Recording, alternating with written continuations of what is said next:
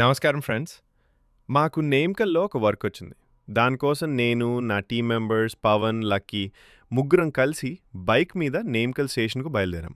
నిజానికి నేమ్కల్ ఊరు ఆలూరు రూట్‌లో ఉంటుంది. కానీ స్టేషన్ మాత్రం మద్దికేర అవతల సైడ్ ఉంటుంది. అందుకే మేము మద్దికేర వైపుగా మా జర్నీని స్టార్ట్ చేశాం. అలా మేము వెళ్తూ ఉండగా దారిలో మాకు ఒక అందమైన దుర్గామాత టెంపుల్ కనిపించింది. అక్కడ పూజారి గారు మమ్మల్ని ఆపి అమ్మవారి దీవెనలు తీసుకోవడానికి గుడికి రమ్మని పిలిచారు. దాంతో నేను బైక్ పక్కన ఆపేసి కాళ్ళు చేతులు కడుక్కొని గుడిలోకి వెళ్ళాను.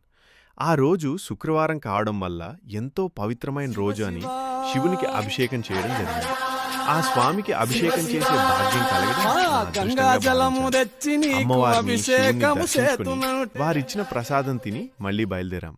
దారిలో బైక్కి పెట్రోల్ కొట్టించుకుని కసాపురం మీదుగా వెళ్తూ అక్కడ వెలిసిన ప్రసిద్ధ కసాపురం ఆంజనేయ స్వామిని బయట దారి నుండి మనస్ఫూర్తిగా దర్శించుకుని ముందుకు సాగాం.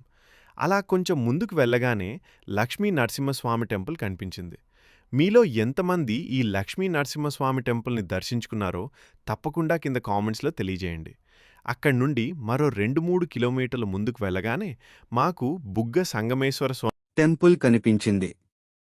ఈ టెంపుల్కి కూడా మీలో ఎంతమంది వెళ్లారో కామెంట్ చేయండి. ఇక్కడితో మా ప్రయాణంలో మొదటి భాగం పూర్తయింది. ఇక పార్ట్ 2లో మేము ఇక్కడి నుండి నేమ్కల్ స్టేషన్కి ఎలా చేరుకున్నాము, దారిలో ఎలాంటి విశేషాలు ఉన్నాయో చూద్దాం. Please like, share and subscribe.